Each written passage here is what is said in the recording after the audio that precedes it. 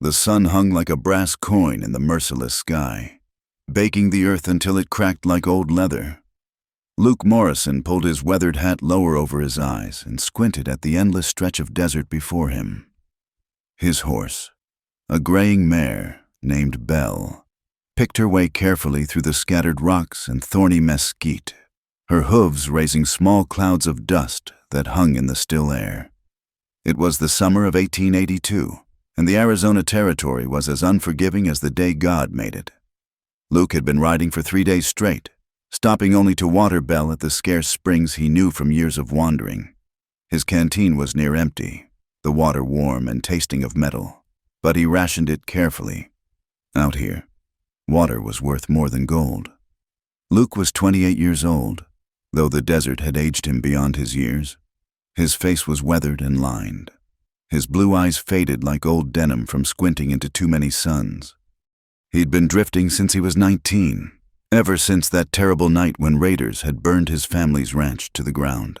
He could still smell the smoke sometimes, could still hear his mother's screams and his father's final gunshot. He'd been in town that night, courting Mary Ellen Parker. By the time he'd seen the flames lighting up the horizon and ridden home, there was nothing left but ashes and 3 graves to dig. The memory twisted in his gut like a knife. He'd spent 2 years hunting the men responsible, following cold trails and colder leads. When he finally found them holed up in a canyon near the Mexican border, he'd killed 2 before the others scattered like coyotes. The satisfaction had been brief and hollow. Vengeance hadn't brought his family back, hadn't filled the empty place in his chest. So he'd taken to drifting, hiring out his gun when he needed money, helping where he could, trying to find some purpose in a world that had shown him its cruelest face. Belle snorted and tossed her head, pulling Luke from his dark thoughts. Ahead, shimmering in the heat waves, he could make out the ramshackle buildings of Coyote Springs. It wasn't much of a town. A dozen sun-bleached structures huddled around a well, a general store, a blacksmith, and the inevitable saloon. But it had water and shade, and right now that was all Luke cared about. He rode in slow, noting the way folks on the street stepped back into doorways, mothers pulling their children close. A lone drifter was always cause for suspicion in these parts. Luke didn't blame them. Too many men out here had prices on their heads or blood on their hands. He kept his own hands visible on the reins, away from the Colt .45 on his hip. The saloon was called the Desert Rose, though Luke doubted any rose had bloomed within 100 miles of this place. He tied Belle to the hitching post, loosened her girth, and pushed through the bat-wing doors into blessed shade. The interior was dim and smelled of whiskey, tobacco, and unwashed men. A few cowboys nursed drinks at scarred tables. The bartender, a mountain of a man with arms like tree trunks, looked up as Luke approached. "Whiskey," Luke said, laying a silver dollar on the bar. "And water for my horse." The bartender poured without comment, and Luke savored the burn of the cheap rot gut. It cut through the trail dust in his throat. As he drank, he became aware of the hushed conversation at a table behind him. "Another wagon train hit last week," one voice was saying. 20 miles north of here. Wasn't nothing left but burned wagons and bodies." "Apache," another voice replied, and Luke could hear the fear in it. "They say it's her doing, the Apache Queen." Luke's ears pricked up. He'd heard whispers of the Apache Queen in other towns, other saloons, a woman who led her people with an iron fist, who showed no mercy to white settlers encroaching on Apache land. Some said she could call down lightning from the sky, that she could turn into a hawk and scout the desert from above. Luke didn't believe in such nonsense, but he'd learned that legends usually had a grain of truth at their core. "They say no white man has ever seen her and lived." The first voice continued. "She feeds them to the desert, leaves their bones for the buzzards. That's just stories." A third man scoffed, though his voice lacked conviction. "Ain't no woman could lead Apache warriors." "This one does." The second voice insisted. "My cousin was with the cavalry patrol that found what was left of the Hendricks family. Said the Apache left a message written in blood. This land drinks white blood. That's her mark, they say. The Queen's warning."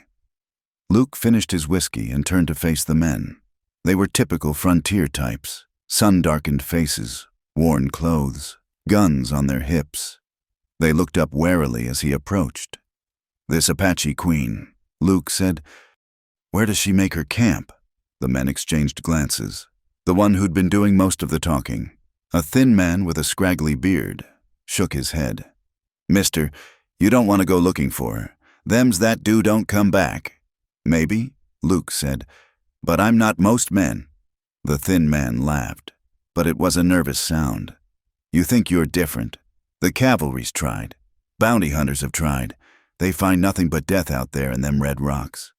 Luke was about to respond when the saloon doors banged open. A man stumbled in, his clothes dusty, his face flushed with excitement and fear. "Jake Thornton's in town," he announced. "He's looking for men to guard a supply wagon to Fort Grant, paying good money, but—" He paused dramatically. "The route goes right through Apache territory." A murmur ran through the saloon. Fort Grant was a 2-day journey through some of the most dangerous country in the territory. The Apache had been particularly active lately, striking at wagons and settlements with increasing boldness. But the pay would be good, and for men living on the edge of survival. Sometimes good pay was worth the risk. Luke considered. He was running low on funds, and Belle needed new shoes. More than that, though, he was curious. If the stories were true, if this Apache queen was real, maybe he'd get a chance to see for himself. He'd faced death before. What was once more? "Where's Thornton?" he asked the messenger. "Over at the general store, trying to round up supplies and men fool enough to take the job." Luke left another $1 on the bar for Belle's water and headed for the door. Behind him, he heard the thin man mutter, "There goes another dead man walking." Jake Thornton was a bull of a man with a black beard and shrewd eyes. He looked Luke up and down, taking in the well-oiled gun, the steady gaze, the way Luke moved with the easy confidence of a man who'd survived more fights than he'd lost. "You know the trail to Fort Grant?" Thornton asked without preamble. "I've ridden it," Luke replied. "Recent like?" "6 months ago." Thornton spat tobacco juice into the dirt. "Things have changed. The Apache are stirred up something fierce. Lost 2 wagons last month." "So why try again?" "Because the fort's running low on supplies and the army's paying triple rates.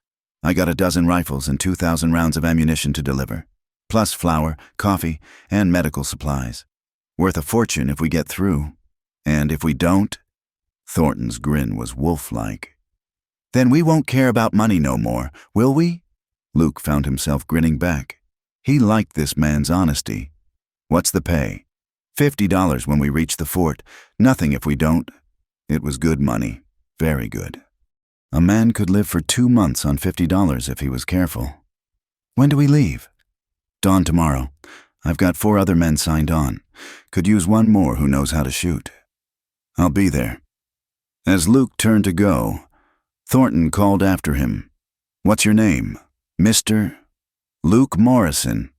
"Well, Morrison, you might want to spend some of that advance money on ammunition. Where we're going, you're going to need it." That night, Luke lay on a narrow bed in the boarding house, staring at the ceiling and thinking about the Apache queen. Outside, a coyote howled at the moon, and the desert wind rattled the windows. He'd thought he was done with causes, done with fighting other men's wars, but something about this felt different. Maybe it was curiosity. Maybe it was the challenge. Or maybe he was just tired of drifting and wanted to feel something again. Even if it was fear. He dreamed that night of fire and screaming, but this time the flames took the shape of a woman, beautiful and terrible, with eyes like burning coals. She stood atop a mountain of bones, and when she spoke, her voice was the desert wind. They said no white man survived meeting the Apache queen. Luke woke with a start, sweat cooling on his skin. Through the window, the eastern sky was just beginning to lighten. It was time. He dressed quickly, checked his weapons, and headed for the stable. Whatever lay ahead on the trail to Fort Grant, whatever truth lay behind the legend of the Apache queen, he would face it. He'd survived everything else the frontier had thrown at him, but as he saddled Belle in the pre-dawn darkness, that thin man's words echoed in his mind. There goes another dead man walking. Maybe so, Luke thought, but at least he'd be walking towards something instead of away. The wagon train had been making good time for 2 days, following the old military trail through valleys of sage and greasewood. Luke rode point, his eyes constantly scanning the ridgelines and arroyos for any sign of trouble. Behind him, the heavy freight wagon creaked and groaned, pulled by 6 sturdy mules. Jake Thornton drove while the other guards, Tom Garrett, Will Saunders, Dutch Hoffman, and a young kid named Billy Carson, rode flanking positions. It was Billy's first time on a dangerous run, and it showed. He jumped at every shadow, nearly shot his own horse when a roadrunner burst from a bush. Luke had taken to riding near him, offering quiet words of advice. The kid reminded him of himself at that age, all nervous energy and bravado masking deep fear. They entered the Red Rock country late in the afternoon of the second day. The landscape changed dramatically, transforming from open desert to a maze of towering sandstone formations, narrow canyons, and hidden valleys. The rocks glowed like blood in the setting sun, and the temperature dropped as shadows lengthened. "This is Apache territory for sure," Tom Garrett muttered, his hand never straying far from his rifle. He was an old hand, had been fighting Indians since the Mexican War. If Tom was nervous, they all should be. Luke felt it too, that prickling sensation on the back of his neck that had saved his life more than once. They were being watched. He couldn't see anyone, but he knew with the certainty of the long experience that eyes were tracking their every move. "Thornton," he called back quietly, "we need to find a defensible position for the night." Jake nodded grimly.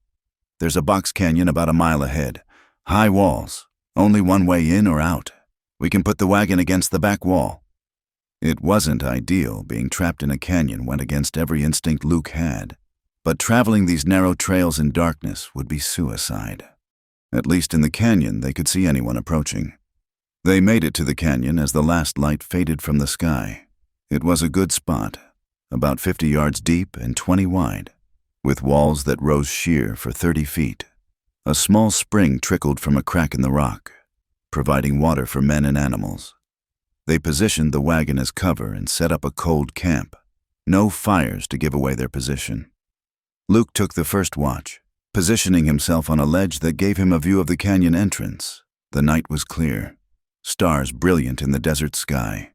Somewhere in the darkness, a screech owl called, and was answered by another, or was it? Luke had heard Apache warriors use bird calls to communicate. His hand tightened on his rifle. The attack came just before dawn. In that gray hour, when men's reflexes are slowest and shadows play tricks on tired eyes, Luke saw the first movement, a figure dropping from the canyon wall like a spider. He fired, the shot echoing off the rocks, and suddenly the canyon erupted in chaos. They came from everywhere, over the walls, through the entrance, appearing from behind rocks where no man should have been able to hide.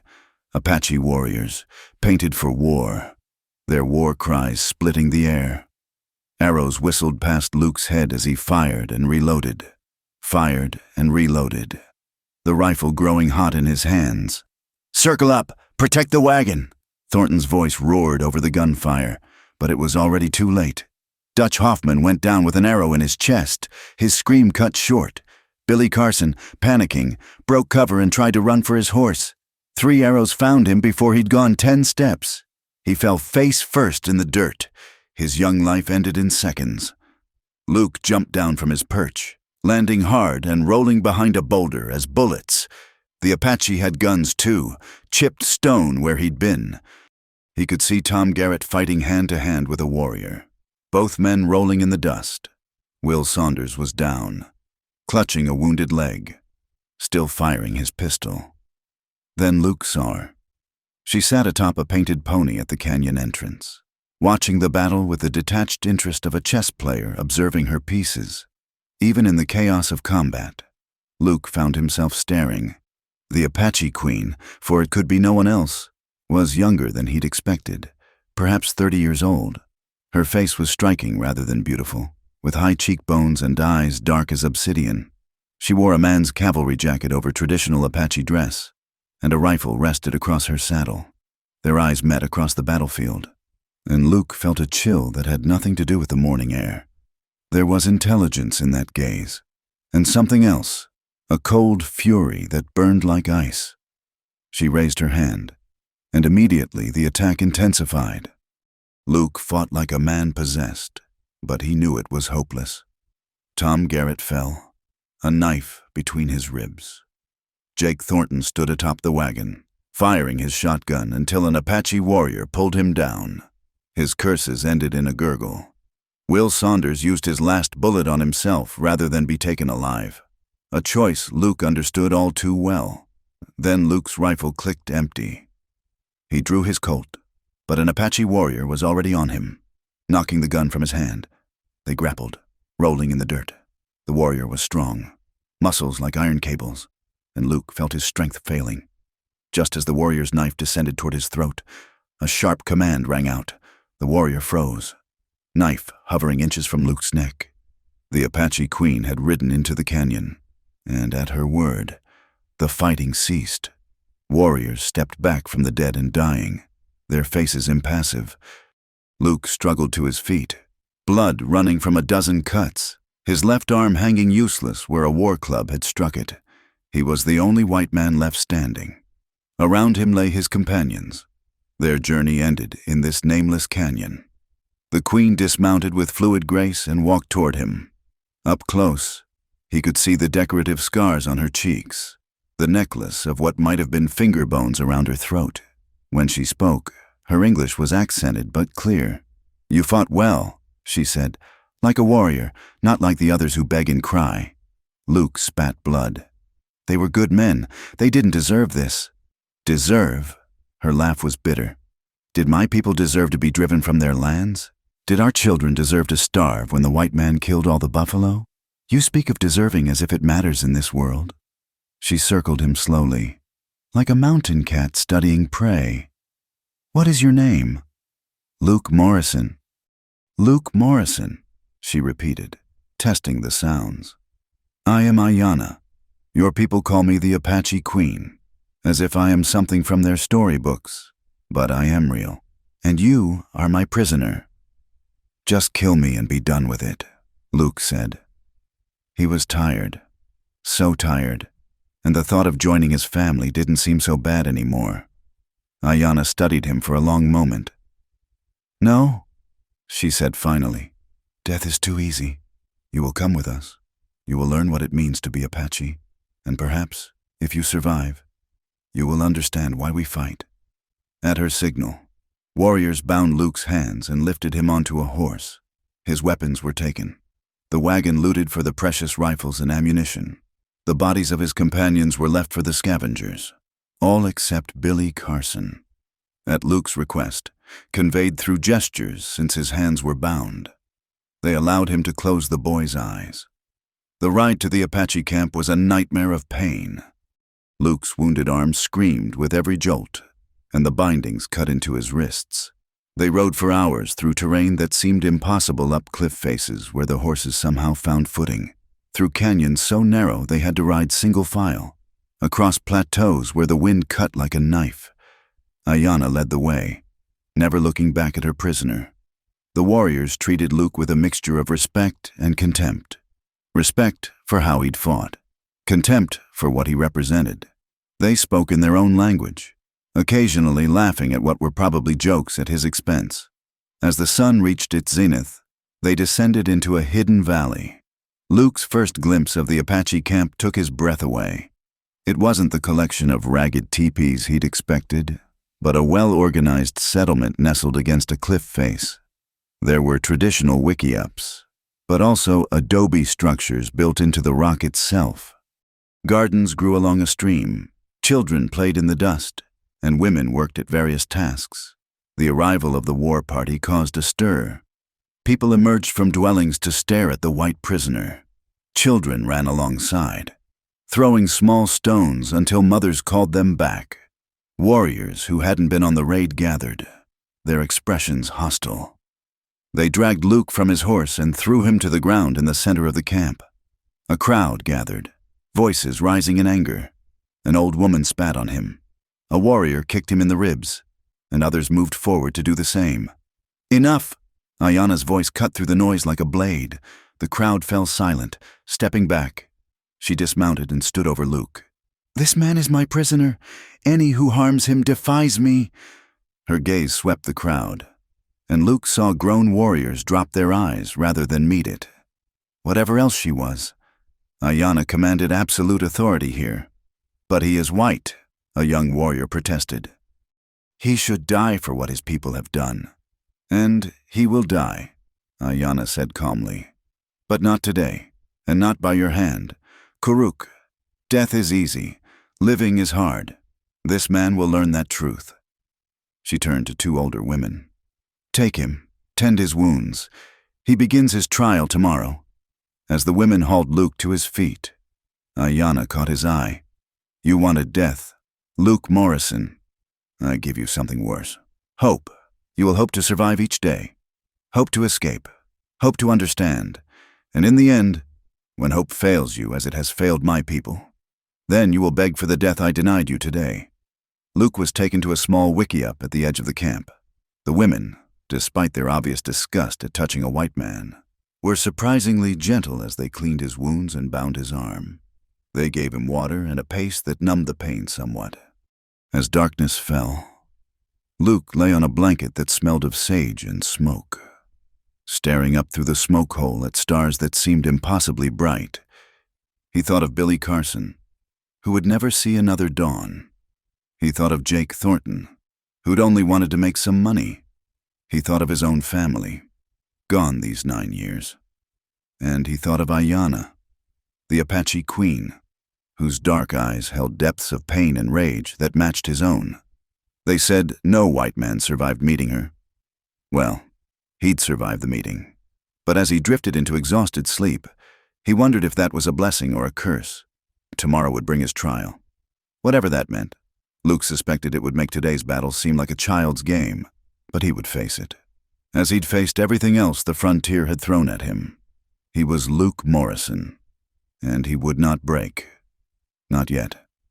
Anyway, the trial began at dawn. 2 warriors came for Luke, their faces painted with white clay that made them look like spirits in the pale light. They cut his bonds and gestured for him to follow.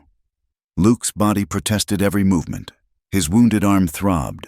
His ribs ached where he'd been kicked, and his muscles had stiffened during the night. But he forced himself to stand straight, to walk without limping. He wouldn't show weakness. Ayana waited at the edge of the camp, mounted on her painted pony. She wore different clothing today, a simple deer-hide dress and moccasins, her hair bound back with a leather thong, without the cavalry jacket and weapons. She looked younger, almost vulnerable, but her eyes remained hard as flint. "Your trial is simple," she said without preamble. "You will walk to the sacred mountain and back. If you return before sunset, you may live another day. If not..." She shrugged eloquently. Luke looked where she pointed.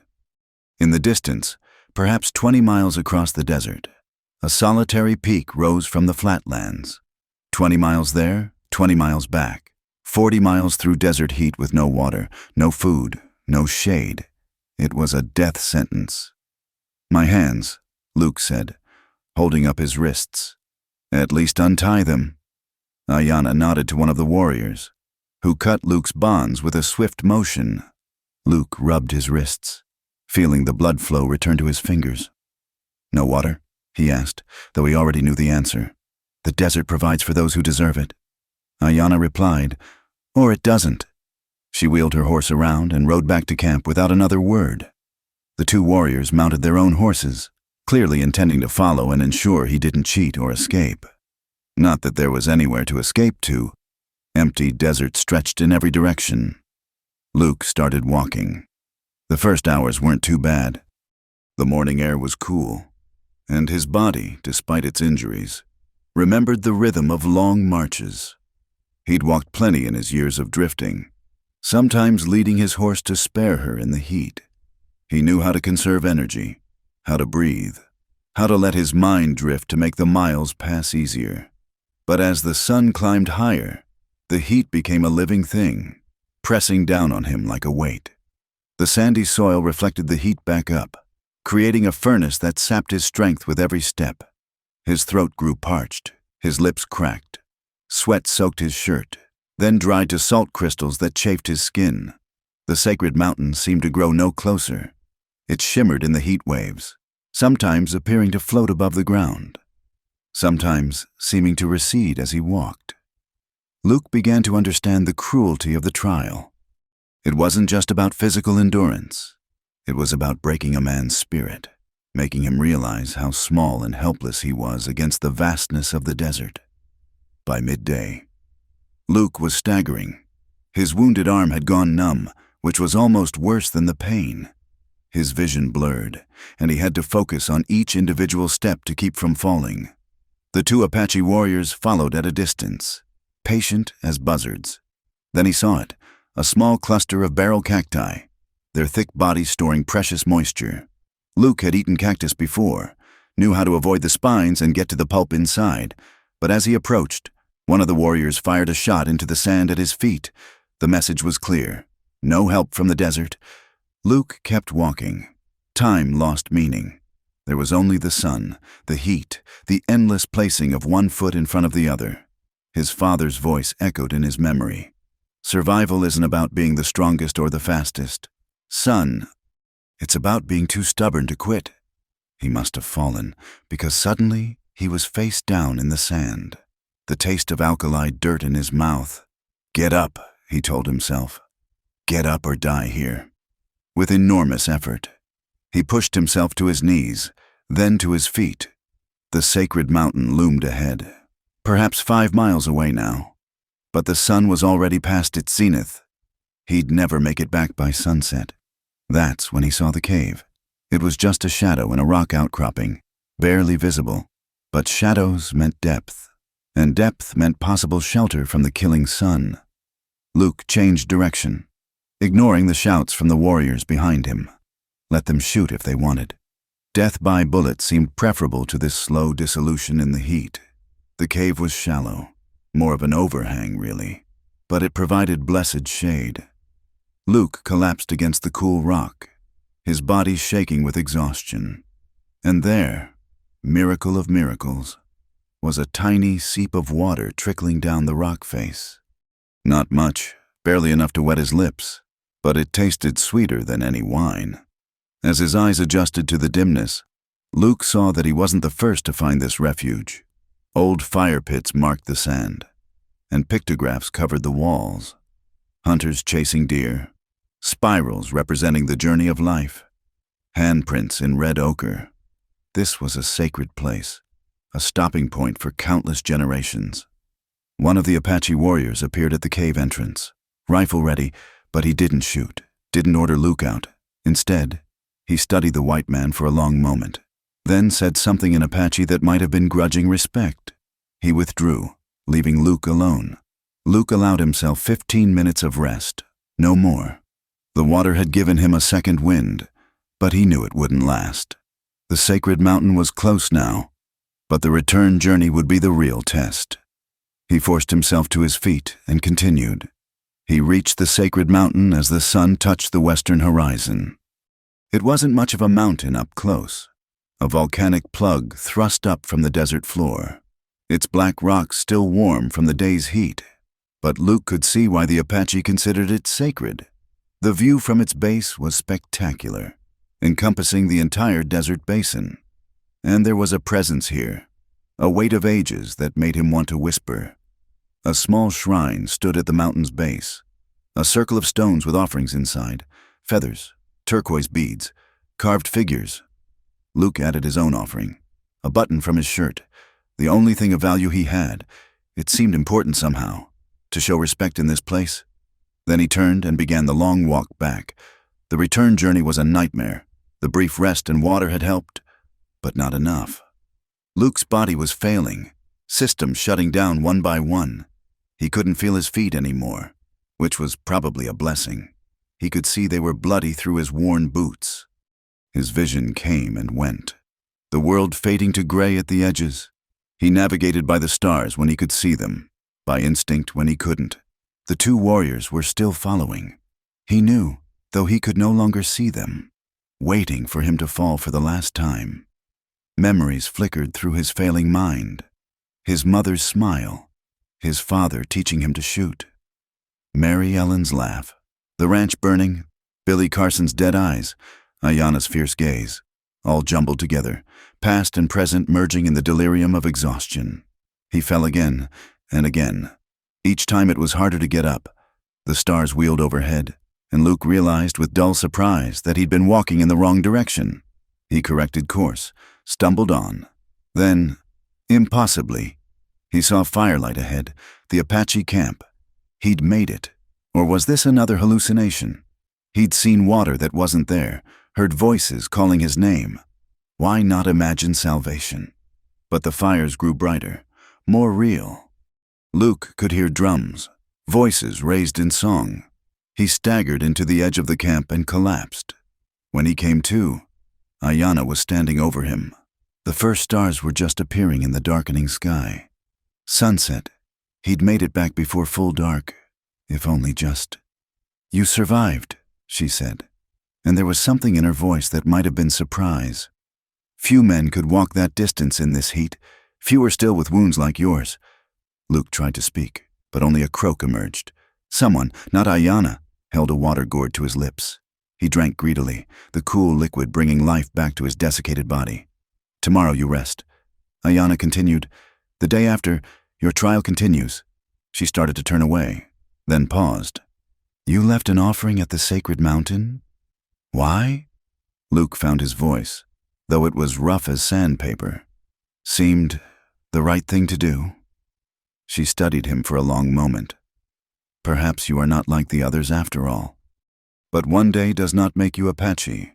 We shall see if your respect is real or merely the desperation of a dying man." As she walked away, Luke noticed something different in how the other Apache looked at him. Still hostile. Yes, but mixed with something else. He'd walked their sacred path and survived. He'd shown respect at their holy place.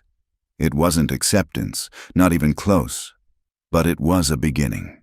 That night, lying in the wickiup with his feet wrapped in healing poultices, Luke stared up at the stars through the smoke hole. He'd survived the first trial, but Ayanna had made it clear there would be others. How many could his body take? How many before he broke? But as sleep finally took him, Luke realized something had changed inside him during that endless walk. The empty aimlessness that had driven him since his family's death had been replaced by something else. Purpose, perhaps. Or maybe just curiosity about what tomorrow would bring. He'd wanted to die when they captured him. Now, against all reason, he wanted to see what came next. Ayanna had been right. Hope was crueler than death, but it was also stronger. The desert had tested him and found him worthy, at least for today. Tomorrow would bring new trials, but tonight, Luke Morrison slept the sleep of a man who had touched the sacred and lived to tell about it. If anyone would listen to a white man's tales, the full moon hung like a silver dollar in the cloudless sky, bathing the Apache camp in ethereal light. Luke had been recovering for 3 days since his desert trial, his feet slowly healing, his strength returning with the help of the bitter herbal teas the old women forced him to drink. They still looked at him with distrust, but their touch had become less rough, their mutterings less hostile. On this night, different sounds drifted through the camp drums, beating in complex rhythms, voices raised in ceremonial chants. Luke could see figures moving around a large fire in the center of the camp, shadows dancing against wickiup walls. Something important was happening. Kuruk, the young warrior who had wanted Luke dead, appeared at the entrance of the wickiup. His face was painted with white and red symbols, and he wore ceremonial dress feathers in his hair, a beaded vest, silver ornaments that caught the moonlight. "Come," he said in heavily accented English. "She commands it." Luke followed him toward the gathering. The entire tribe seemed to be present, forming a large circle around the central fire. Elders sat in places of honor, their weathered faces impassive. Warriors stood behind them, weapons laid aside for this sacred occasion. Women and children filled the remaining spaces, all watching as Luke was led to stand before Ayanna. She sat on a blanket decorated with geometric patterns, wearing a dress of white doeskin adorned with hundreds of tiny shells that clicked softly when she moved. Her hair was unbound, falling like a black river down her back, in the firelight, with a ceremonial paint on her face. She looked both beautiful and terrible, a spirit of the desert made flesh. "Luke Morrison," she said, her voice carrying clearly in the still night air. "You have survived the walk to the sacred mountain, but any man with strong legs might do the same. Tonight, we see if you have more than strength. Tonight, we see if you have spirit." She gestured to a blanket that had been laid opposite her. "Sit." Luke lowered himself carefully, aware of every eye upon him. The drums had stopped, the night holding its breath. Ayanna picked up a clay pipe, its bowl carved with intricate designs. She filled it with a mixture of tobacco and other herbs, lit it with a brand from the fire, and took a deep draw. Then she passed it to Luke. He understood this was another test. The smoke was harsh, mixed with something that made his head spin slightly. But he kept his face calm, took the required puffs, and passed it back. The pipe made its way around the circle of elders, each taking their turn. "Now," Ayanna said, "you will answer my questions. Speak only truth, for the smoke will reveal lies." She leaned forward, her dark eyes reflecting the flames. "Why did you come to our lands?" "For money," Luke answered honestly. "I was hired to guard a wagon to Fort Grant." "And before that? Why do you drift like tumbleweed across the desert?" Luke hesitated, then spoke the words he'd never said aloud to anyone. "My family was killed 9 years ago, murdered, burned. Since then, I've had no home, no purpose except surviving another day." A murmur ran through the crowd. Loss of family was something they understood all too well. "You sought revenge?" Ayanna asked. "I did. I found some of the men responsible. Killed them. It didn't bring my family back. Didn't fill the empty place inside me. And yet you still carry a gun. Still hire it out to those who would take our lands." "A man has to eat," Luke said. "But I've never killed except in self-defense or for justice. Never harmed women or children. Never burned homes or poisoned wells like some do." Ayanna was silent for a long moment. Then she asked, "Do you know why they call me the Apache Queen?" "No," she smiled, but it was an expression full of pain. "I was not born to leadership. My father was chief, yes, but I had brothers. I was meant to marry, to bear children, to tend the home fires. But the soldiers came when I was 15. They had orders to move us to the reservation. When my father refused, they decided to make an example." Her voice remained steady, but Luke could see her hands clench in her lap. "They killed my father, my brothers, my mother. They did things to the young women before killing them too. I survived only because I was gathering herbs in the mountains. When I returned, I found ashes and death, like you." The parallel was not lost on Luke. They were mirror images, shaped by the same cruel forge of loss. "I could have run," Ayanna continued. "Could have hidden, found another band to take me in. Instead, I learned to fight, to lead, to be harder than the men who would destroy us. The survivors of my band followed me because I gave them hope. Other bands joined us because I gave them victories. They call me Queen because I united the scattered remains of our people, gave them a fortress in these hidden valleys, gave them the will to resist." She gestured around the circle. "Every person here has lost family to the white soldiers, the settlers, the diseases you bring. We fight not from cruelty, but from desperation. We are a dying people.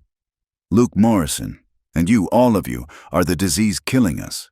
I'm just one man." Luke said quietly, "I didn't make the policies, didn't start the wars." "No," Ayanna agreed, "but you profit from them. Your people build on land watered with our blood. Even those who mean no harm, who only want to raise cattle or dig for gold. They are part of the great wave that drowns us."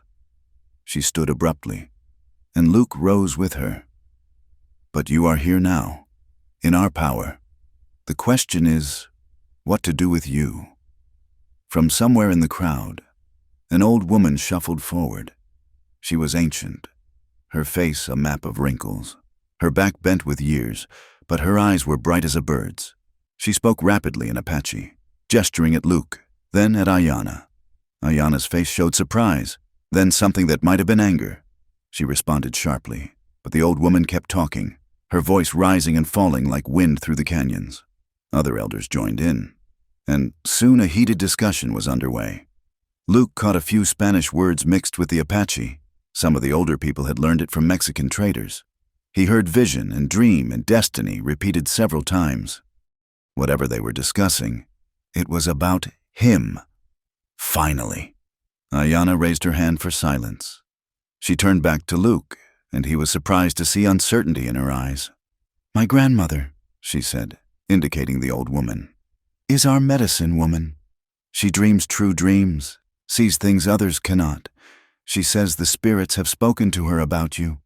The old woman approached Luke, studying him with those bright eyes. She reached out with one gnarled hand and touched his chest, right over his heart. She spoke again, her voice now soft, almost singing. "She says," Ayanna translated, clearly reluctant, "that you carry death inside you, but also life, that our fates are woven together like threads in a blanket, that the spirits have brought you here for a purpose neither of us yet understands." The old woman reached into a pouch at her waist and pulled out a small object, a piece of turquoise carved into the shape of a bird. She pressed it into Luke's hand, closing his fingers around it. Then she shuffled back to her place in the circle. Ayanna looked frustrated. "My grandmother is old. Sometimes she sees things that are not there, or sometimes she sees things others miss."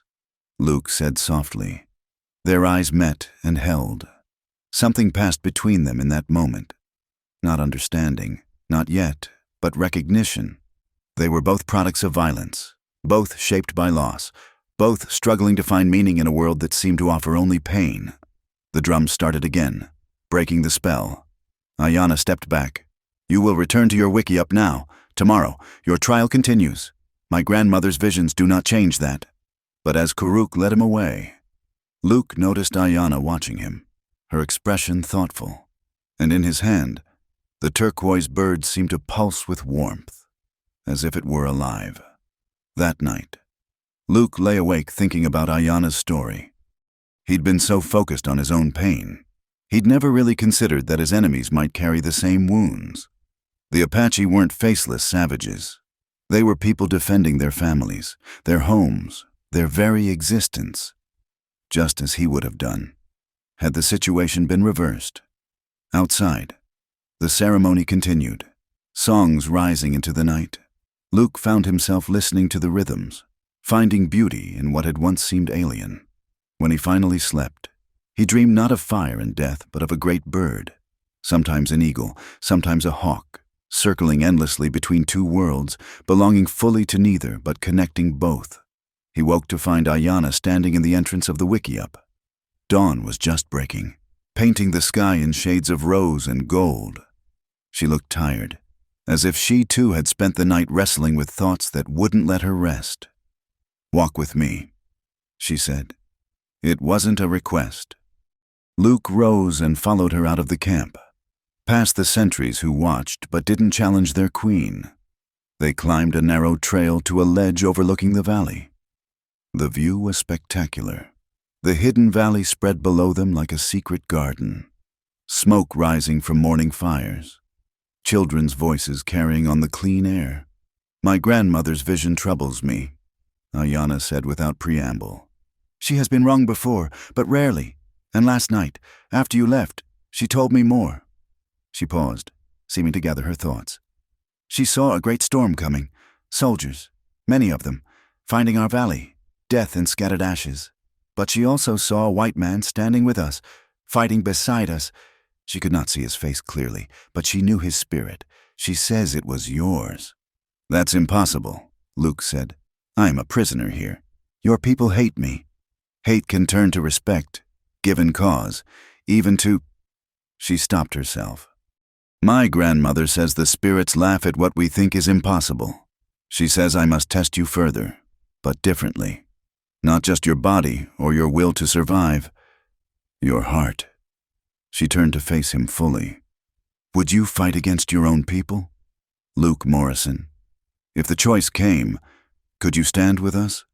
It was a question Luke couldn't answer. A month ago, he would have said no immediately.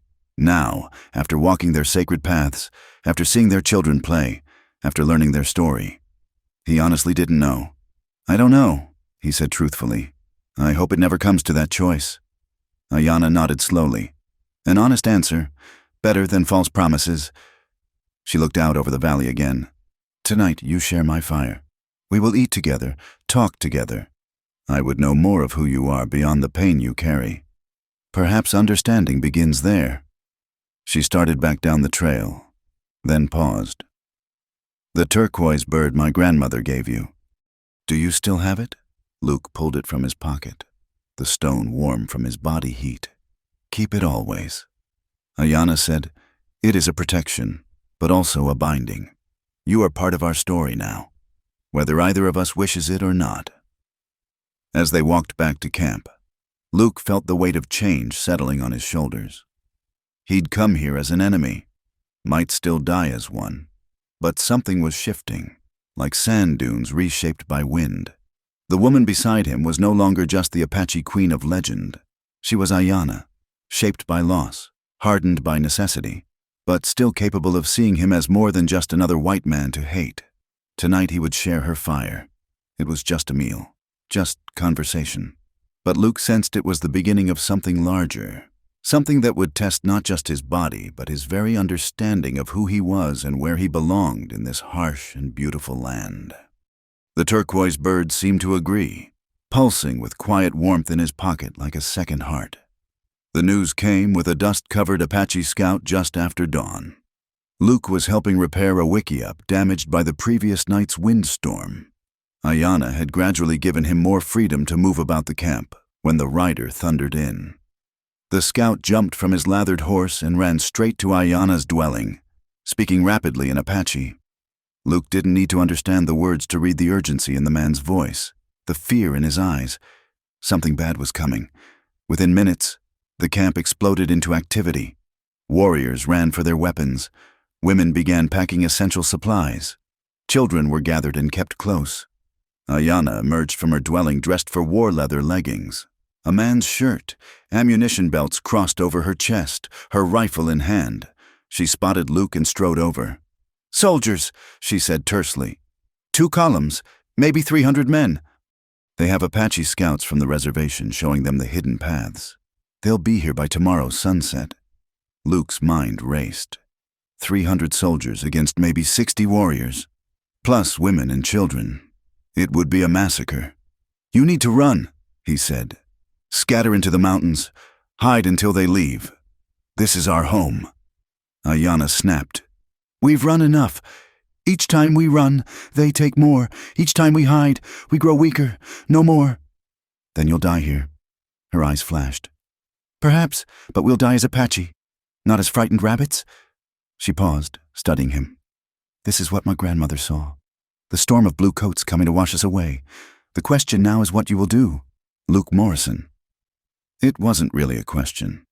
They both knew she couldn't trust him free during a battle with his own people, but neither did she speak of killing him or leaving him bound to die. They had moved beyond that in the weeks since his capture. "I need to think," Luke said. "Think quickly." Ayanna replied, "Time is a luxury we no longer have." As she turned to organize the defense, Luke walked to the edge of the camp. His mind was in turmoil. These soldiers were his people, coming to do what they saw as their duty. Among them might be men he'd known, good men who believed they were protecting settlers and bringing civilization to wild lands. But over the past weeks, his perspective had changed.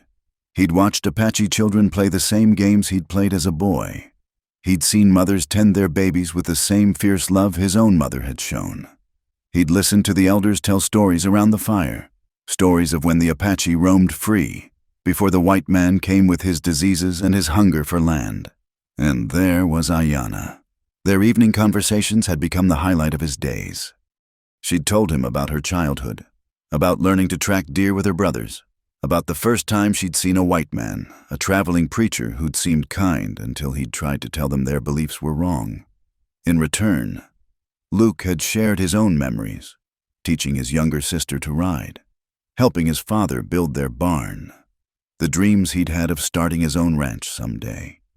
They were no longer captor and prisoner. They were... What? Friend seemed too small a word. There was something between them, unspoken but growing stronger each day. The way she looked at him when she thought he wasn't watching. The way his heart jumped when she laughed. A rare sound, but beautiful when it came. Luke found himself at the lookout post where he'd often sat with the sentries. From here, he could see the trails leading into the valley. By tomorrow, those trails would be full of soldiers. He closed his eyes and tried to imagine himself among them. Rifle aimed at the people who'd become... his people? When had that happened? You're thinking of warning them. Luke turned to find Karuk behind him. The young warrior's hand rested on his knife, but his expression was more sad than threatening. I'm thinking of trying to stop a slaughter. Luke said, Your people won't listen. They come to kill or drive us to the reservation. There is no middle path. There has to be. If both sides could just... Just what? Karuk interrupted. We've tried talking, made treaties. Your people break them when they find gold or want more land. The only language they understand is the gun. Luke wanted to argue, but he knew Karuk was right. He'd seen it too many times. Treaties made and broken. Promises forgotten as soon as they became inconvenient. The Apache had every reason to distrust any white man's word. What would you do? Karuk asked quietly. If you were me? If Apache soldiers were coming to destroy your home, kill your family? Luke didn't need to imagine. He knew exactly what he'd do, the same thing he'd done when his family was murdered. He'd fight, he'd kill, he'd seek revenge until his last breath. I'd fight, he admitted. Karuk nodded slowly. Then you understand. The only question is which side you choose. The young warrior left Luke alone with his thoughts. As the sun climbed higher, Luke watched the frantic preparations below. Warriors checking weapons, sharpening knives, preparing ammunition, women and children being moved to the most defensible positions, everyone working together with the efficiency of long practice. He thought of Ayanna, proud and fierce, preparing to die rather than surrender. He thought of the grandmother who'd given him the turquoise bird, now helping prepare bandages for the wounded to come. He thought of the children he'd watched play, who would be orphans by tomorrow night if the soldiers had their way. And he thought of Billy Carson, young and scared, dying with Apache arrows in his back, of Jake Thornton and the others, good men killed for being in the wrong place. The cycle of violence spinning endlessly, each death creating more hatred, more need for revenge. Someone had to break the cycle. Someone had to stand between the two sides and say, enough. Luke made his decision. He found Ayanna conferring with her war chiefs, drawing defensive positions in the dirt. She looked up as he approached, and something in his face must have told her, I want to try to stop this. Luke said, Let me go to them. I'll tell them you have women and children here. Maybe I can negotiate safe passage for the non-combatants at least. The war chiefs erupted in angry protests, but Ayanna raised her hand for silence. And if they won't listen, if they shoot you as a traitor, then at least I'll have tried. She studied him for a long moment. You would do this? Risk your life for the people who held you captive? I'd do it to stop more senseless killing. On both sides. And if they demand our complete surrender, if they want us to go to the reservation. Luke met her gaze steadily. Then I'll come back and fight beside you. The declaration hung in the air. Even Luke was surprised he'd said it, but he knew it was true. Somewhere in the past weeks, his loyalty had shifted. These were his people now, as much as any white settlement had ever been. Ayanna turned to her chiefs and spoke rapidly in Apache. The argument that followed was heated, but eventually she prevailed. She was still their queen, and her word was law. You may go, she told Luke. But not alone. Kuruk will go with you under a white flag. If you betray us— She didn't finish the threat. She didn't need to. I won't betray you, Luke said softly. Any of you. Something flickered in her eyes. See that you don't? We will prepare for war while hoping for peace. But Luke— She stepped closer, lowering her voice so only he could hear. Come back. Whatever happens, come back. It was as close to an admission of feeling as she'd ever made. Luke nodded, not trusting his voice. An hour later, Luke and Kuruk rode out of the valley. Kuruk carried a white cloth tied to his lance, though his expression suggested he'd rather be carrying scalps. They rode in silence, each lost in their own thoughts.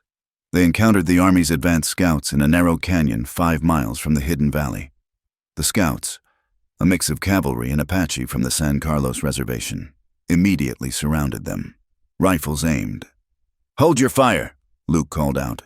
We come under a white flag to parley. A sergeant rode forward, his weathered face suspicious. And who might you be? Luke Morrison. I was with Jake Thornton's wagon train. We were hit by Apaches about a month back. The sergeant's eyes widened. Morrison, we heard all of you were dead. The others are. I was taken prisoner. I've been in the Apache camp.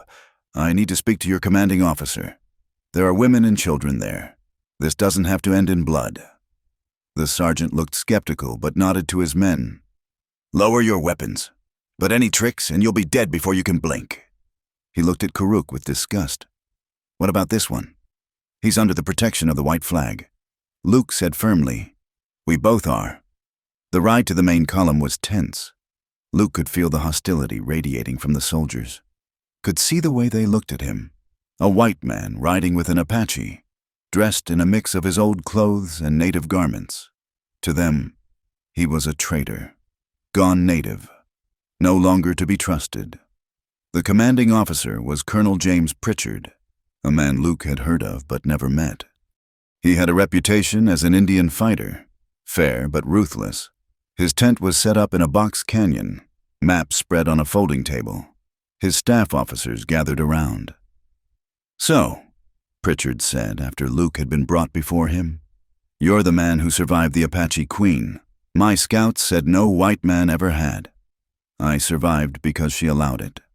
Colonel, just as your men could survive tomorrow if you'll listen to reason. Pritchard's eyes hardened. Reason? Was it reason when they butchered Thornton's wagon train? When they've killed dozens of settlers over the past year? Settlers on Apache land. Luke countered, Colonel, I've been with these people for weeks. They're not the savages you think. They're fighting for their survival, for their children's future. Their future is on the reservation, where they belong. Pritchard said flatly, Those are my orders. Bring in the renegades or eliminate them. There's no third option. There are women and children in that camp. Colonel, elders who remember when the Spanish ruled here, babies who've never harmed anyone. Will you slaughter them all? I'll do my duty, Pritchard said. If they surrender, they'll be treated fairly. If they fight, they'll face the consequences. Luke tried for an hour to change the colonel's mind, to find some compromise, but Pritchard was immovable. He had his orders, and he'd been fighting Apaches too long to see them as anything but enemies. Finally, Luke played his last card. Then I'm going back to warn them. They deserve that much. You'll do no such thing. Pritchard snapped. Sergeant, place this man under arrest. He's either a deserter or a traitor, and either way he's not returning to those savages. I'm a civilian, Luke protested. You have no authority. I have all the authority I need out here. Pritchard cut him off. Take him away. As soldiers moved to grab him, Luke caught Kuruk's eye. The young warrior understood immediately. In one fluid motion, Kuruk vaulted onto his horse and burst through the circle of soldiers, riding hard for the canyon entrance. Stop him! Pritchard roared. Rifles cracked, but Kuruk was already zigzagging, making himself a difficult target. He'd almost reached the canyon mouth when a lucky shot found him. Luke saw him jerk, saw blood bloom on his shirt, but the Apache warrior stayed on his horse, disappearing into the gathering dusk. In the chaos, Luke made his own move. He knocked down the soldier nearest him, grabbed the man's revolver, and backed toward the horses. "Nobody move," he shouted. "You're making a mistake, Morrison," Pritchard said coldly. "There's no place for you now. Not with us, not with them. You're a man without a country." "Maybe," Luke said, "but I know where I stand." He kept the gun trained on the soldiers as he mounted the nearest horse. Then he spurred it hard, following Kuruk's path. Shots rang out behind him, but darkness was falling, and he knew these canyons now like an Apache. He found Kuruk 2 miles from the camp, slumped over his horse's neck but still conscious. The bullet had taken him high in the shoulder. Bad, but not immediately fatal. "Fool white man." Kuruk gasped as Luke helped him sit upright. "You could have stayed safe and let you have all the glory." Luke wrapped his bandana around the wound, trying to stop the bleeding. "Come on, we need to warn the others." They rode hard despite Kuruk's injury. Reaching the valley as full darkness fell, the sentries almost shot them before recognizing their horses.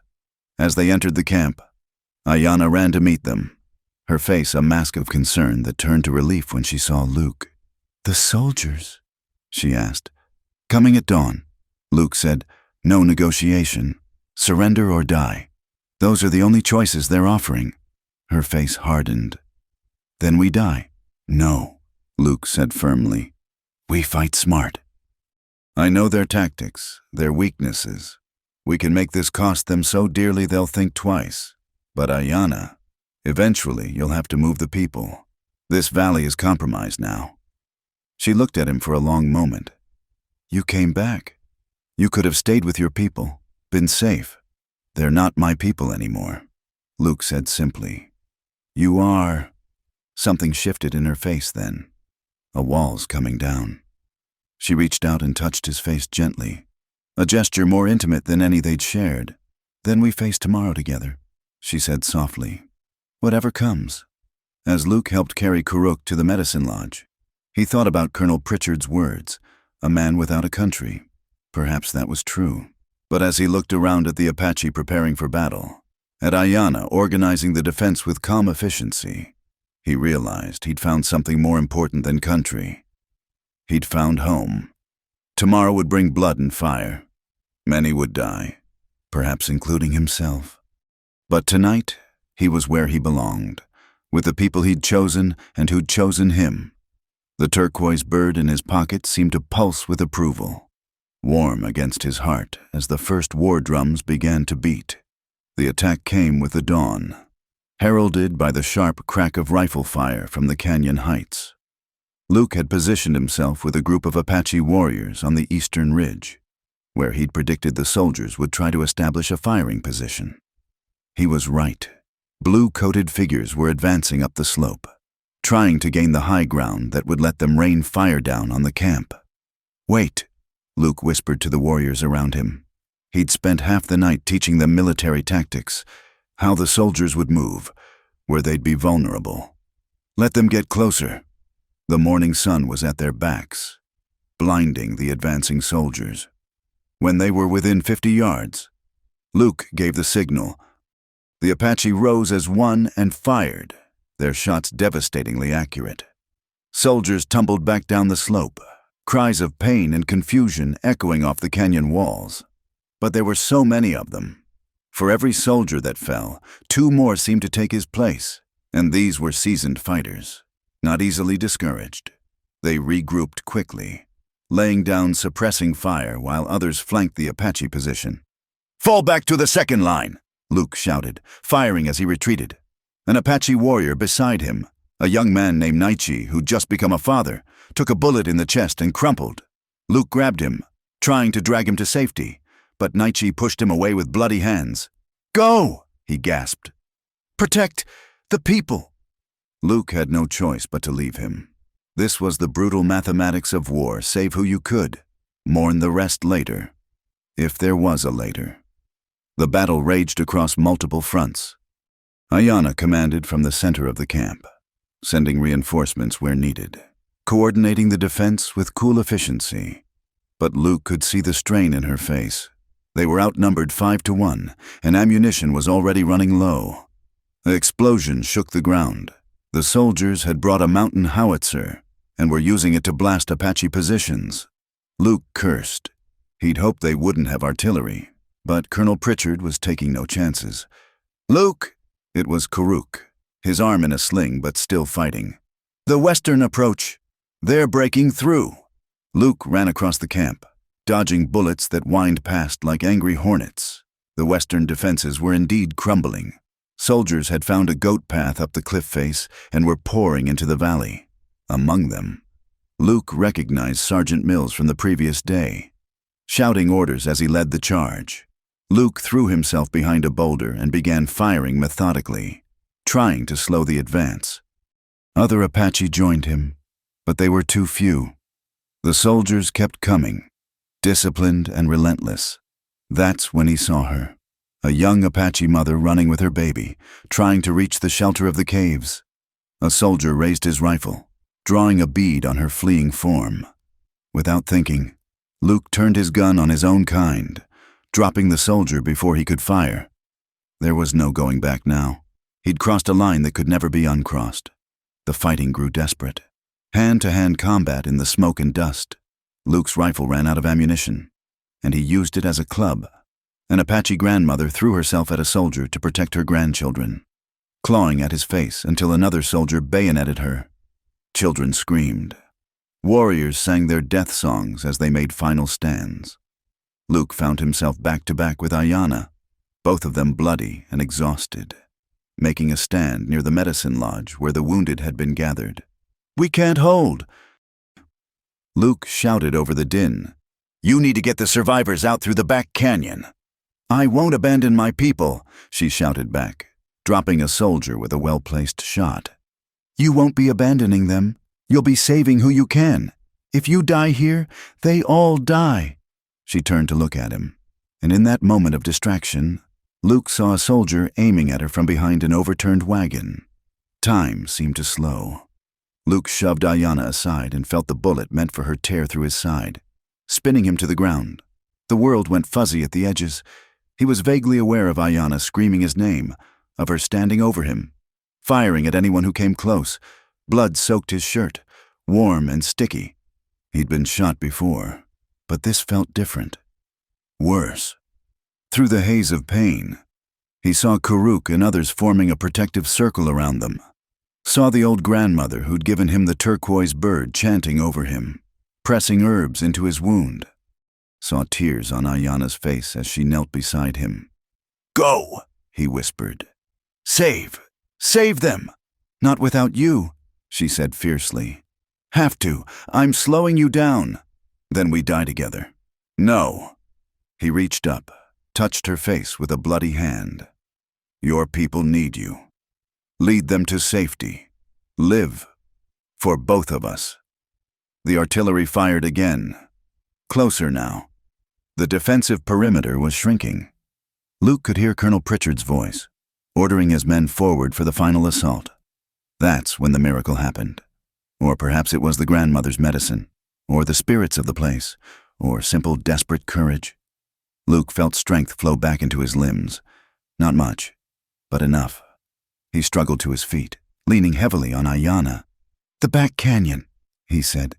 I can hold them at the Narrows. Give you time. You'll die. Maybe, probably, but some will live because of it." She looked at him for a long moment, then kissed him fiercely, desperately. It tasted of blood and smoke and farewell. "I'll send warriors with you," she said. "No, they're needed to protect the escape. Just give me a rifle and ammunition." The retreat was organized quickly. Women and children first, then the wounded, then the remaining warriors serving as rearguard. Luke positioned himself at the narrowest point of the back canyon, where 2 men could hold off an army, for a while. Karuk appeared at his side. "You didn't think I'd let you die alone, white man? You're wounded. So are you. We're even." 3 other warriors joined them, Men who'd lost everything and chose to make their stand here. 5 men to hold back 300. It was impossible. It was necessary. The soldiers discovered the escape route quickly. They came charging up the canyon, confident in their numbers. Luke and his companions opened fire from cover, turning the narrow passage into a killing field. Soldiers fell, blocking the path for those behind. Officers shouted orders, trying to organize a coordinated assault. For precious minutes that felt like hours. They held. Luke's wound was a constant fire in his side, and he could feel his strength ebbing with each shot. Beside him, one of the Apache warriors took a bullet to the head and toppled backward. Then another fell, clutching his stomach. "They're bringing up the artillery!" Karuk shouted. Luke could see soldiers wrestling the mountain howitzer into position. One shot from that into the narrow canyon and they'd all be dead. "How long has it been?" Luke asked. "Maybe 20 minutes. Not enough." "It has to be enough." The howitzer fired. The world exploded in rock and dust. Luke felt himself flying, slamming into the canyon wall. Through the ringing in his ears, he could hear soldiers charging. He tried to raise his rifle, but his arms wouldn't work properly. Karuk was still fighting, blood streaming from a dozen wounds. The last Apache warrior went down under bayonets.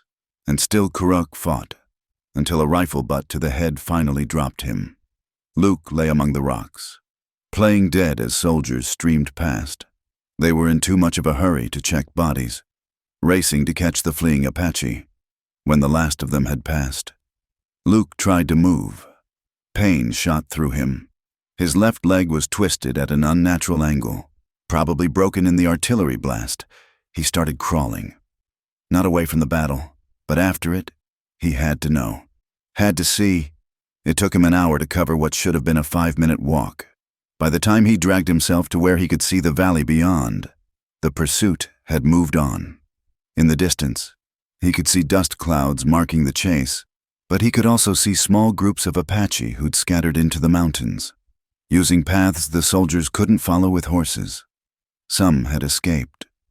Not all, not even most, but some. Maybe Ayanna was among them. He had to believe she was. Luke collapsed behind a boulder, no longer able to move.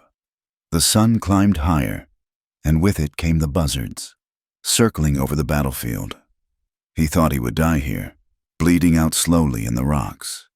It didn't seem like such a bad way to go. He'd kept his promise.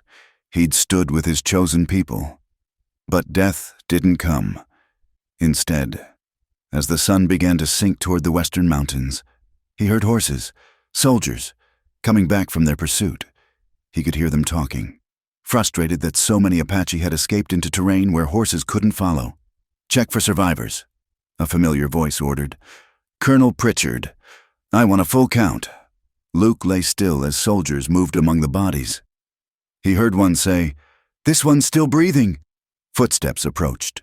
Luke opened his eyes to find Pritchard standing over him, pistol drawn. "Morrison," the colonel said. "I should have expected to find you here, a traitor to the end." "Not a traitor," Luke managed. "Just chose a different side. The losing side. Maybe, but the right one." Pritchard studied him for a long moment. "You killed American soldiers today. My men? Good men with families. And you killed Apache families, children. Which of us is the real savage?" The colonel's face hardened. He cocked his pistol. "Any last words?" Luke thought of Ayanna, hopefully far away by now, leading her people to safety. He thought of the turquoise bird still in his pocket, warm against his heart. He thought of choices made and prices paid. "Yeah," he said. "They said no white man survived meeting the Apache queen. Guess they were right." He closed his eyes, waiting for the shot. But it didn't come. Instead, he heard another voice, a younger officer. "Colonel, you can't just execute him. There are rules, even out here." "Rules?" Pritchard's laugh was bitter.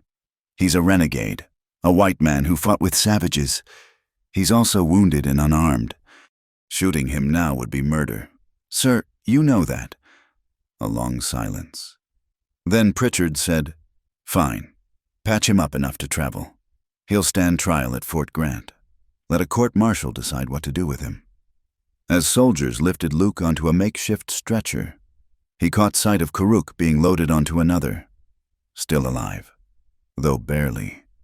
Two survivors of a foolish, heroic stand. The journey to Fort Grant was a haze of pain and fevered dreams. Luke drifted in and out of consciousness, sometimes thinking he was back in the Apache camp, sometimes reliving the battle. Once, he could have sworn he saw Ayanna standing beside his travois, but when he blinked, it was just a cavalry surgeon checking his wounds. He lived, though the doctor said it was a miracle. The bullet had missed anything vital, and his leg, while badly broken, would heal. "You're tough as old leather," the doctor said. "Most men would have died from those wounds." As Luke lay recovering in the fort's hospital, he heard fragments of news. The Battle of Hidden Valley, as they were calling it, was being hailed as a great victory. 43 Apache killed, including women and children, though the reports didn't mention that part. The Apache queen and some of her band had escaped, vanishing into the mountains like smoke. He was glad. Whatever happened to him now, at least she was free. The trial, when it came, was a foregone conclusion. Luke Morrison, civilian scout, was charged with treason, murder of United States soldiers, and aiding the enemies of the United States. The fact that he'd been a prisoner initially didn't matter. He'd chosen to fight against his own kind, but as he sat in that military courtroom, leg still splinted, side still bandaged, Luke felt no regret. He'd found something worth fighting for, even if it had cost him everything. He'd broken the cycle of revenge that had driven him for so long, replacing it with something better: purpose, belonging, love. They said no white man survived meeting the Apache queen. They were right. The man who'd ridden with Jake Thornton's wagon train was dead. In his place sat someone new, someone who'd learned that sometimes the enemy isn't who you think, and sometimes home is where you least expect to find it. The court would decide his fate soon. Death, most likely, or life in prison. But Luke Morrison had already won his battle. He'd found his place in the world, even if he couldn't stay there, and somewhere in the mountains, he hoped. Ayanna was leading her people to safety, carrying on the fight for survival.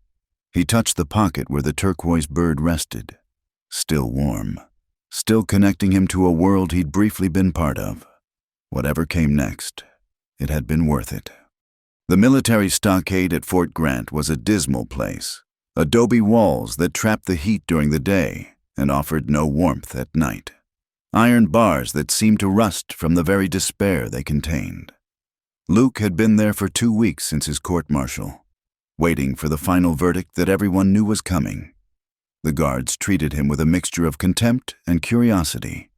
The white man who'd fought for the Apache was a novelty they didn't know how to handle. His wounds were healing slowly. The fort doctor, a competent if brusque man named Captain Brennan, checked on him daily. "You're recovering remarkably well," he'd said that morning. "Though I don't suppose it matters much, given the circumstances." Luke had simply nodded. He'd made his peace with what was coming. His only regret was not knowing what had happened to Ayanna, whether she'd found safety in the mountains or been hunted down like so many others. On this particular night, as Luke lay on his narrow cot watching moonlight filter through the barred window, he heard something unusual, a soft scraping sound from the wall behind him. He tensed, hand instinctively reaching for a weapon he no longer carried. The scraping grew louder, and suddenly, a section of the adobe wall crumbled inward. Through the hole crawled Karuk, dusty and grinning despite the still healing wounds that covered his body. "Miss me, white man?" the Apache warrior whispered. Luke sat up so fast his side screamed in protest. "Karuk, how—" "Questions later. Can you walk?" "Yes, but—" "Then walk, now!" Luke didn't need to be told twice. He grabbed the few possessions he had, including the turquoise bird that the guards had somehow overlooked, and followed Karuk through the hole. They emerged in a storage area behind the stockade, where 2 horses waited, held by a figure in Mexican clothing. But Luke would recognize those eyes anywhere. "Ayanna," he breathed. She was disguised as a Mexican trader. Her face darkened with walnut dye, her distinctive hair hidden under a serape, but her fierce grace was unmistakable. "No time for reunions," she said, though her eyes softened as they met his. "Guards change shift in 10 minutes. We need to be beyond the fort walls by then." They mounted quickly, Luke biting back a groan as his barely healed injuries protested. Ayanna led them through the fort's outskirts, taking advantage of shadows and the guards' predictable patterns. It was clear she'd been watching, planning this for days, if not weeks. They were almost clear when a shout rang out behind them. "Prisoner escape! Sound the alarm! Ride!" Ayanna commanded. They spurred their horses into the night as bells began clanging throughout the fort. Rifle fire cracked behind them, but the darkness was their ally. Luke bent low over his horse's neck, ignoring the fire in his side, focused only on following Ayanna's lead. They rode hard for an hour, changing direction several times, splashing through streams to break their trail. Finally, Ayanna led them into a narrow canyon where more Apache warriors waited with fresh horses. The reunion was brief but warm. Warriors who'd fought beside Luke clasped his shoulders, murmuring words of welcome. "The soldiers will follow," Luke said as they changed mounts. "I'm putting you all at risk. You risked everything for us." Ayanna replied, "Did you think we would do less for you?" They rode through the night and into the next day, stopping only to rest the horses and for Luke to drink the medicinal tea the warriors insisted he needed. By evening, they'd reached a new camp, smaller than the hidden valley but well concealed in a maze of canyons. The surviving members of the band greeted Luke with a mixture of joy and sorrow. So many faces were missing, but those who remained seemed to have fully accepted him as one of their own. Children he'd played with ran to embrace him. Women whose husbands he'd fought beside nodded respectfully. Even the elders who'd once wanted him dead now looked at him with approval. That night, Ayanna tended his wounds in her private wickiup. They hadn't been alone since the escape, and now the weight of all that had happened settled between them. "You came for me," Luke said softly. "You risked everything." "You would have hanged for us," she replied, carefully rebandaging his side. "The warriors told me how you held the canyon, how you gave us time to escape. You became Apache that day, more truly than any ceremony could make you."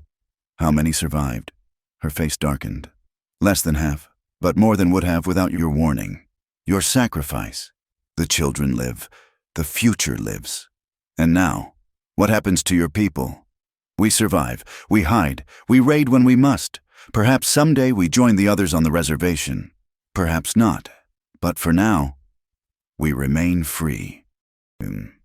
She finished with the bandages and sat back. "The question is, what happens to you?" "What do you mean?" "You cannot return to the white world. You're a wanted man now, a traitor in their eyes. But neither are you fully Apache. You exist between worlds, belonging completely to neither." Luke thought about that. She was right, of course. He'd crossed too many lines to ever go back. But looking at her, at the way the firelight played across her face, he realized he didn't want to go back. "Maybe that's not such a bad thing," he said. "Maybe the world needs people who exist between, who can see both sides. And is that what you choose? To stay with us, knowing it means a life of running, of hardship?" Instead of answering directly, Luke reached out and took her hand. "That night before the battle, when you kissed me, was that just goodbye?" Ayanna's usual composure cracked slightly. "I thought you were going to die. I thought I'd never have another chance to—" She stopped, struggling with words in a way he'd never seen from her. "To what?" "To show you that somewhere between enemy and ally, between Apache and white, I'd found something else. Something I hadn't looked for, didn't want, but couldn't deny." Luke's heart was pounding harder than it had during any battle. "And what was that?" She met his eyes directly then. All shields down. "Love, you fool. I fell in love with the enemy, with a white man who should have represented everything I hated. But you showed me that hatred wasn't the only path, that two people could bridge worlds through understanding." Luke pulled her to him then.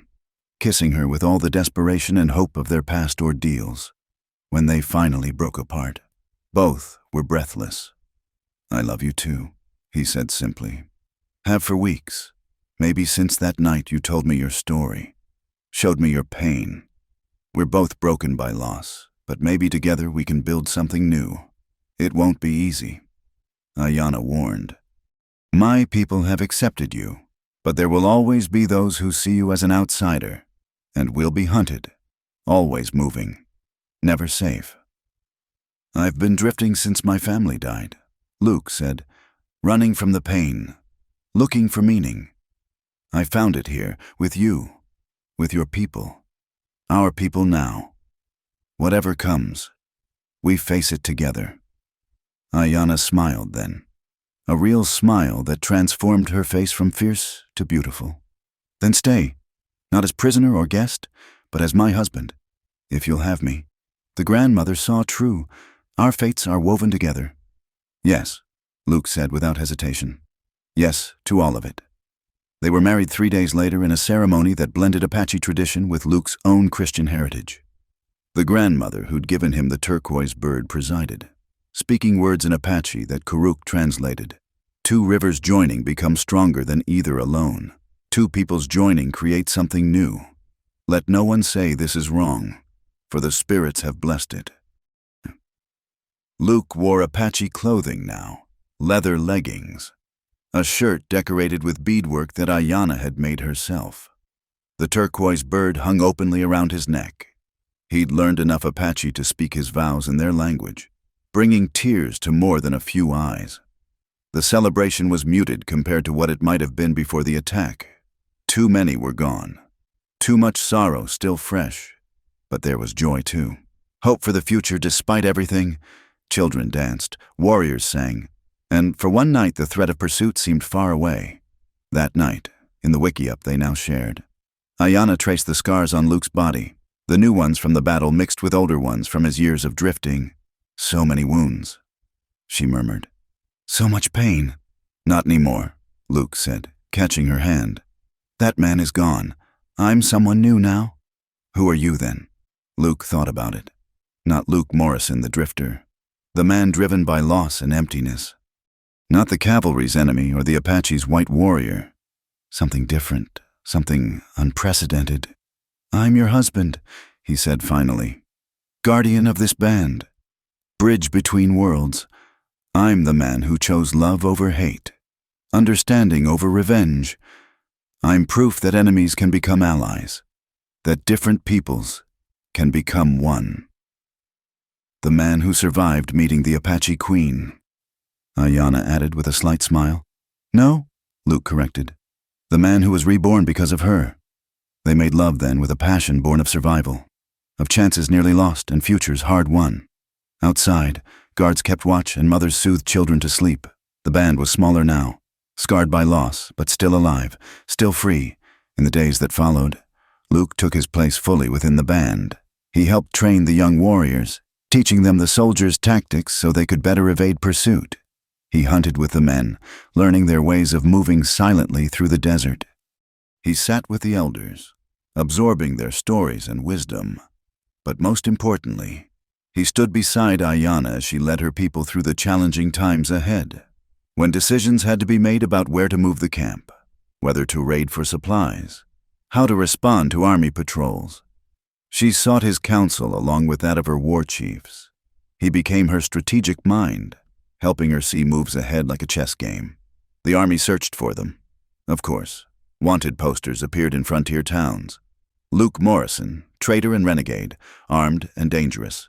$500 reward. But the Apache were ghosts in their own land.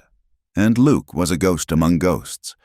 The few times patrols came close, the band melted away into canyons and hidden valleys that no white man's map showed. Winter came to the high desert, bringing new challenges. Food was scarce, ammunition precious. Some in the band spoke of surrendering, of accepting the reservation's bitter charity. But Ayanna held them together with fierce determination, and Luke stood beside her, the white Apache who'd chosen freedom over safety. One cold night, as snow dusted the peaks around their camp, Ayanna told him she was pregnant. The news hit Luke like lightning. Joy and fear mixed in equal measure. A child, here in this uncertain life. A child who would be both Apache and white, belonging fully to neither world yet bridging both.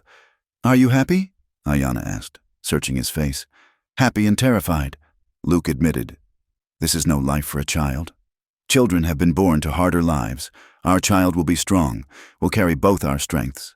And perhaps by the time they're grown, the world will have changed." "Perhaps," Luke said, pulling her close. "Either way, we'll give them the best life we can." As he held his wife, feeling the new life growing within her, Luke reflected on the strange turns his path had taken.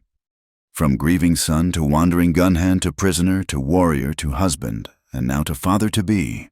The man who'd ridden with Jake Thornton's wagon train would never have imagined this future. But that man had been empty, driven by loss and lacking purpose. This man, the one holding the Apache Queen in a hidden canyon while snow fell softly outside, this man was full of love, of purpose, of hope, despite all odds. They said no white man survived meeting the Apache Queen. They were right. That man had died. In his place lived something new, something unprecedented, a love that transcended race and history, a family that defied category, a future uncertain but faced together. And that, Luke thought as sleep took him, was worth more than all the safety and acceptance the white world could ever offer. He'd found his home at last, in the most unlikely place, with the most unlikely person. The Apache Queen had conquered him more thoroughly than any battle could have. And, in surrendering, he'd found victory. Spring came to the desert like a miracle.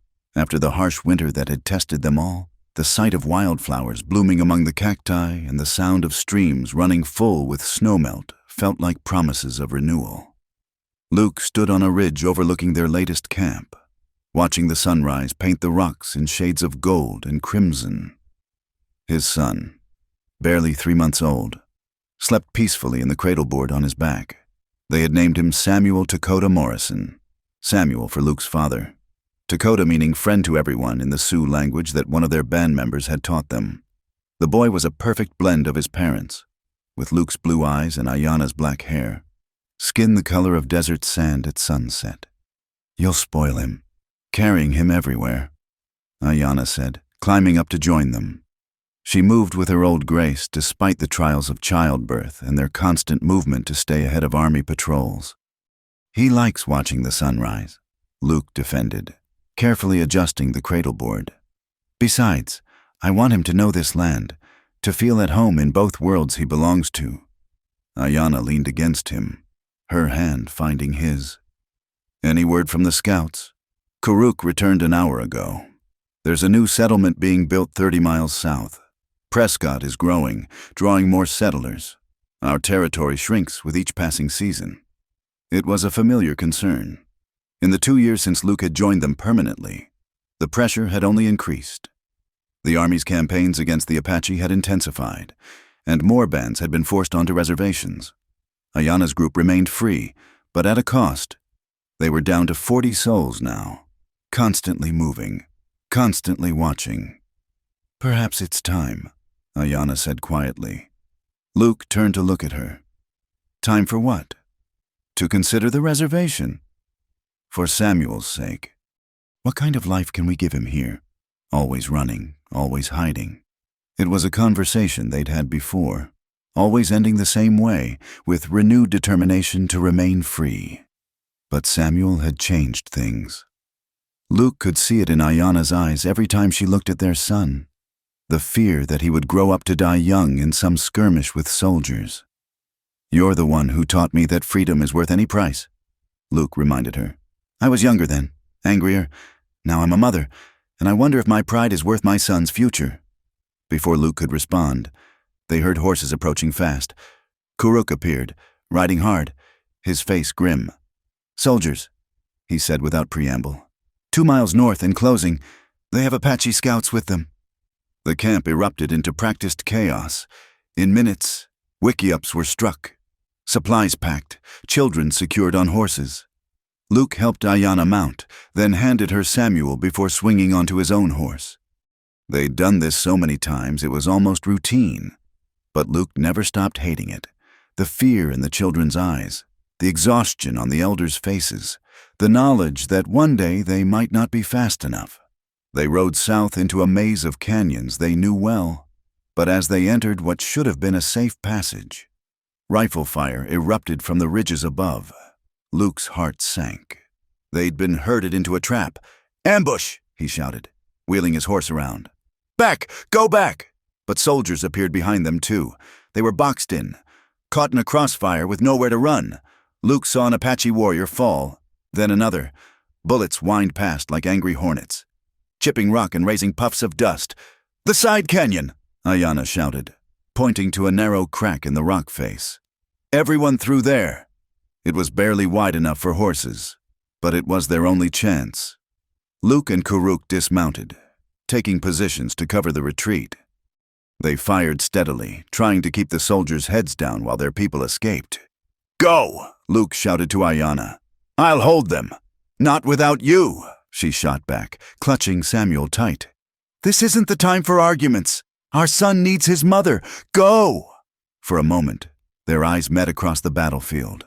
So much passed between them in that look. Love, fear, determination, and the terrible knowledge that this might be goodbye. Then Ayanna turned her horse and plunged into the narrow canyon, Samuel's cries echoing off the walls. Luke and Karuk held for as long as they could, but there were too many soldiers. Just as Luke was about to make a run for the canyon himself, a bullet caught him in the shoulder, spinning him around. Another grazed his leg. He stumbled, fell, tried to rise. "Luke?" Karuk started toward him, but Luke waved him off. "Go! Protect them!" Karuk hesitated, then disappeared into the canyon. Luke dragged himself behind a boulder, still firing one-handed, buying every second he could. His ammunition ran out. Soldiers advanced cautiously, rifles trained on him. "Surrender!" one called. "It's over. Morrison?" Luke thought of Ayanna and Samuel, hopefully far away by now. He thought of the life they'd built, the love they'd shared, the bridge between worlds they'd tried to create. Maybe it was over. Maybe it had always been doomed. But it had been real, and it had been worth it. He raised his hands, the turquoise bird around his neck catching the sunlight. The soldiers approached warily, as if he might still be dangerous. In a way, he was not as a fighter anymore, but as an idea, a living proof that enemies could become family. They took him roughly, binding his wounds just enough to keep him alive for transport. As they led him away, Luke looked back at the narrow canyon. No pursuit had followed. The passage was too dangerous for soldiers unfamiliar with the terrain. His family had escaped. The journey to Fort Apache was a blur of pain and fevered dreams. Luke drifted in and out of consciousness, sometimes believing he was back with Ayanna, sometimes reliving old battles. When he finally came fully awake, he was in a cell not unlike the one at Fort Grant, though this one had the small mercy of a window that looked out on distant mountains. To his surprise, his visitor the next day wasn't a military officer, but a civilian, a man in a suit who introduced himself as James Carlyle from the Bureau of Indian Affairs. "Mr. Morrison," Carlyle said, settling into a chair outside the cell.